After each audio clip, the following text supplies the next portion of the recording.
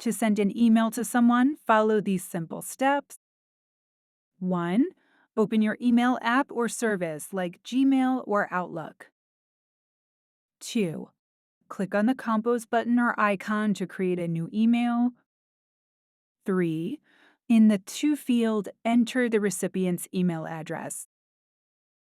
4. Add a subject for the email in the subject field.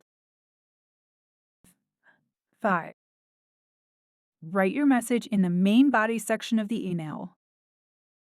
6. If needed, attach any files by clicking the attachment icon, usually a paperclip. 7. Once you're ready, click the Send button. That's it. Your email will be sent to the recipient.